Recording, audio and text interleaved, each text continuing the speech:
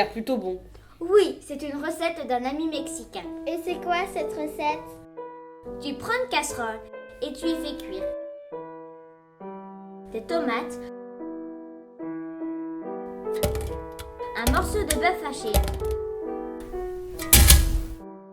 des haricots rouges et tu assaisonnes de chili.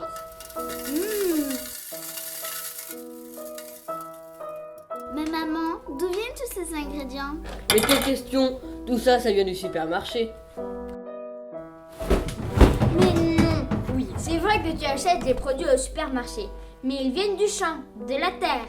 Par exemple, les tomates sont des fruits d'une plante. Et le bœuf? Le bœuf mange les herbes des prairies avant que tu ne l'achètes au supermarché.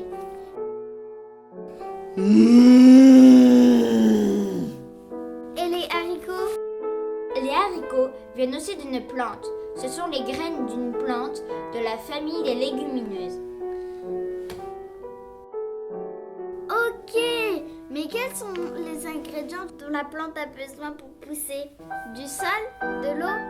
Oui, le sol pour fixer ses racines.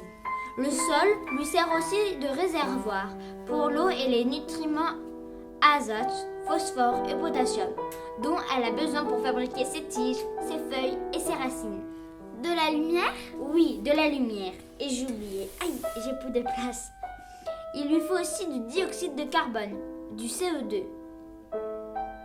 Les feuilles captent le dioxyde de carbone et grâce à l'eau et à l'énergie lumineuse, elles transforment ce dioxyde de carbone en une molécule carbonée, le sucre plein d'énergie pour grandir. Et l'eau pour le sucre, les racines la boivent du sol? Avec l'azote, le phosphore et le potassium dont la plante a aussi besoin pour grandir.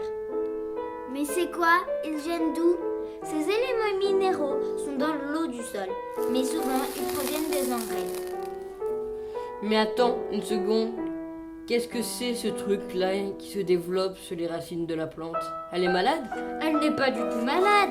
Ce truc, comme tu dis, ce sont des nodosités. Les légumineuses, comme le haricot, sont-elles capables de prélever de l'azote de l'air? Plus besoin d'engrais. Parce qu'il y a de l'azote dans l'air? Oui, 80% de l'air est composé d'azote. J'ai compris. L'azote est capté par les feuilles des légumineuses, avec les CO2. Eh ben non. Par quoi alors? Les racines? Eh oui, par la racine, grâce aux nodosités. Les trucs de tout à l'heure, les boules qu'on voit sur les racines. C'est ça, une bactérie, le rhizobium, arrive à rentrer dans la racine.